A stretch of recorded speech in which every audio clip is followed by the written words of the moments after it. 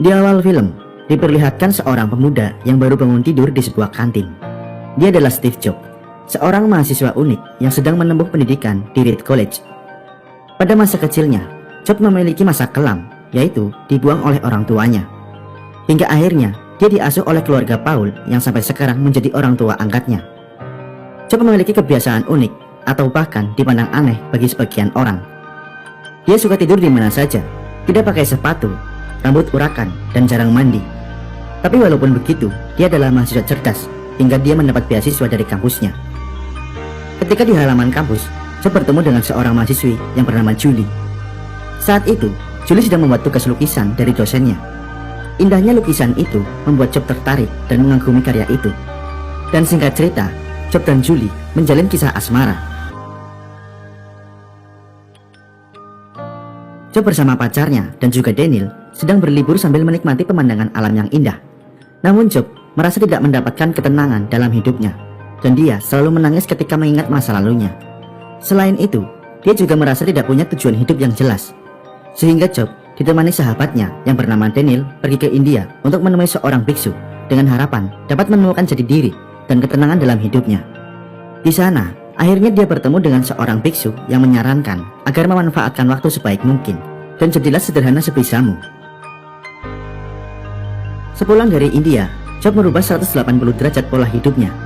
Tak hanya itu, dia juga berhenti kuliah dan memilih bekerja di salah satu perusahaan pengembangan game. Namun Jobs kembali menemui masalah karena Jobs memiliki daya imajinasi dan kreativitas yang tinggi. Sementara, timnya tak bisa bekerja sama untuk memenuhi kemauan Jobs. Jobs menginginkan game yang berwarna, tapi timnya hanya mau membuat game hitam putih. Jobs pun marah karena tak ada satupun yang mengerti kemauannya. Kemudian, Jobs dihampiri oleh manajernya dan juga mengatakan banyak teman-teman di kantornya yang mengeluh dengan sikap dan pola pikir Jobs yang aneh. Akhirnya, Jobs meminta agar dia diberi proyek sendiri. Dia juga akan berjanji akan membuat game terbaik yang belum pernah manajer itu lihat. Manajer pun menyetujui dan akan memberi bonus $5.000 apabila berhasil. Selanjutnya, Jobs menemui sahabatnya yang bernama Woz untuk meminta bantuan membuat game yang berwarna. Woz adalah seorang teknisi yang andal. Dia jugalah yang ikut membantu Jobs membangun Apple. Beberapa hari kemudian, Jobs berhasil mempersembahkan game Breakout berwarna yang membuat manajernya sangat terkesan. Dan sesuai janji, Jobs mendapatkan bonus $5.000. Jobs kemudian menuju ke rumah Woz untuk mengucapkan terima kasih dan memberinya komisi. Namun di sana, Jobs melihat sebuah rakitan desktop yang disambungkan pada televisi. Hal itu menarik perhatian Jobs karena itu adalah sesuatu yang langka. Karena biasanya komputer hanya dipakai di perkantoran dan itu pun masih jarang. Woz mengatakan jika dia membuat desktop itu hanya iseng. Tapi Jobs melihat peluang besar untuk dikembangkan. Lalu Jobs mengajak Woz untuk mencari investor yang mau mengembangkan temuannya tersebut. Woz menolaknya karena itu hanya keisengannya saja dan tidak berniat untuk mengembangkannya, apalagi memasarkannya. Tapi Jobs adalah orang yang jago marketing dan jago meyakinkan orang hingga akhirnya Woz mau ikut dengan Jobs mencari investor. Di tengah perjalanan, mereka berdiskusi mengenai nama produk mereka, dan setelah melalui beberapa perdebatan, akhirnya diputuskan produk itu bernama Apple, yang melambangkan kreativitas dan kesederhanaan. Namun tidak ada satupun investor yang berminat dengan produk buatan mereka. The logic board is rather complex, especially compared to Altair. You're going to manufacture and build, which by using. Tapi tak lama kemudian, datang seorang pemilik toko komputer yang tertarik dengan produknya. Kemudian, Jobs melakukan negosiasi dengan pemilik toko tersebut. Dia pun berhasil mendapat pesanan 100 unit mesin komputer dengan harga per unitnya mencapai $500. Untuk mempermudah produksinya, Jobs mengubah garasi ayahnya menjadi kantor, sekaligus merekrut beberapa orang teknisi seperti Bill, Chris, dan Daniel.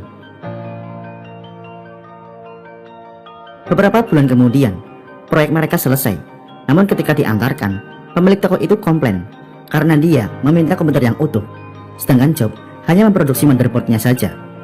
Jobs kemudian meyakinkan pemilik toko itu untuk menjual spare part komputer secara terpisah. Hal itu akan jauh lebih menguntungkan si pemilik toko karena dia juga menjual spare part komputer. Setelah berhasil memproduksi komputer generasi pertama, Jobs ingin mengembangkan komputer generasi 2 dengan menambahkan power supply dan kipas angin yang tidak berisik di dalam casing CPU komputer. Oleh karena itu, Jobs kembali mendatangkan seorang teknisi bernama Holt untuk mendesain ulang tata letak CPU agar muat dimasuki kipas angin dan power supply. Jobs kemudian mencari investor untuk mendanai komputer generasi 2-nya. Tapi tak seorang pun yang berminat dengan proyek mereka.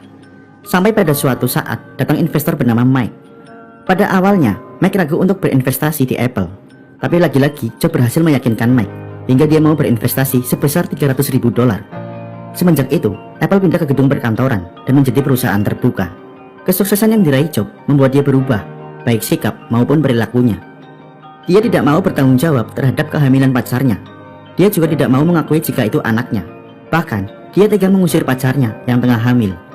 Tak hanya itu, Jobs juga jadi sombong. Dia tak lagi menyapa para teman-temannya, bahkan cenderung mengabaikan mereka. Jobs berubah menjadi otoriter dan gampang memecat karyawan yang tidak sepaham dengannya. Perkembangan perusahaannya semakin pesat, seiring dengan larisnya penjualan produk komputer generasi 2 yang revolusioner itu. Selain itu, adanya restrukturisasi perusahaan menambah maju perusahaan tersebut. Jobs bertindak sebagai pimpinan direksi dan diawasi oleh Dewan Komisaris yang dipimpin oleh Arthur. Puncak keemasannya ketika penjualan sahamnya melonjak tajam, yaitu terjual sebanyak 4,6 juta lembar saham hanya dalam waktu 1 jam. Namun sikap Jobs yang terlalu otoriter dan oportunis tidak memberikan satu lembar saham pun pada teman-temannya yang dari awal ikut merilis Apple seperti Bill, Chris, Daniel, dan Holt. Jobs selanjutnya kembali melakukan inovasi dengan memimpin proyek yang diberi nama Lisa Komputer.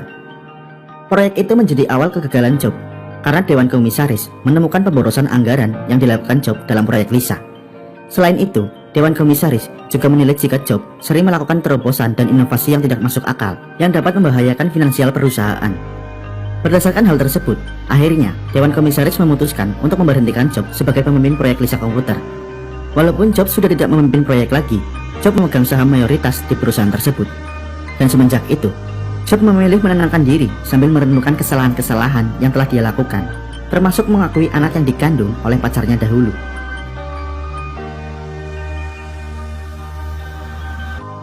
Selanjutnya, Jobs ditelepon oleh Mike, salah satu komisaris di perusahaan Apple. Jobs diminta memimpin sebuah perusahaan baru bernama Macintosh. Do so many things. And right now,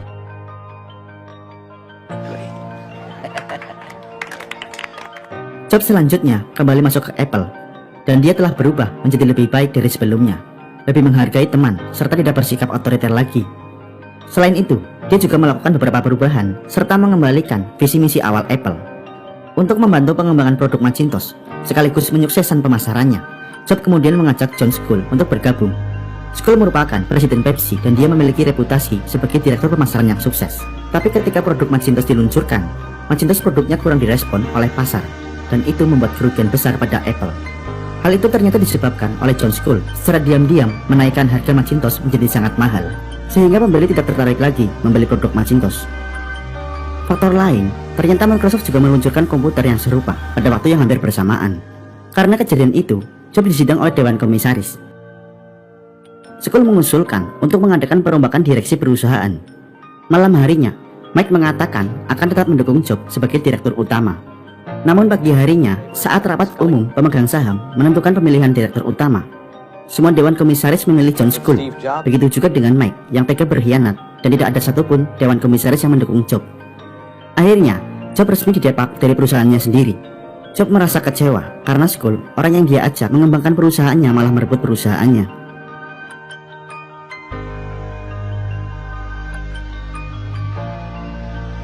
Jobs selanjutnya berlibur, menikmati kebersamaan dengan keluarga, dan mencoba kembali membangun bisnis dengan mengeluarkan komputer dengan merek Mac dan langsung laris di pasaran. Sementara itu, kondisi Apple berbanding terbalik dengan kondisi Mac. Nilai sahamnya menurun tajam dan produksinya pun menurun, hingga John Skoll akhirnya dipecat dari Apple. Selanjutnya, pergantian direksi dan juga Dewan Komisaris bolak-balik dilakukan, namun tak ada satupun yang mampu menangani perusahaan dengan baik. Sampai pada suatu ketika, Apple akan bangkrut. Salah satu Dewan Komisaris meminta Jobs untuk kembali memimpin Apple. Selanjutnya, Jobs melakukan perombakan direksi dan komisaris Apple, termasuk memecat Dewan Komisaris yang dulu telah memecat Jobs. Jobs juga mengembalikan Apple pada visi misi awal berdiri, mendesain ulang produk agar lebih berkualitas dan sebagainya, hingga Apple menjadi besar kembali seperti sekarang. Dan ketika Jobs diwawancari di sebuah radio, Jobs mengatakan Apple adalah kumpulan orang-orang yang dianggap gila oleh masyarakat, namun ternyata bisa mengubah dunia.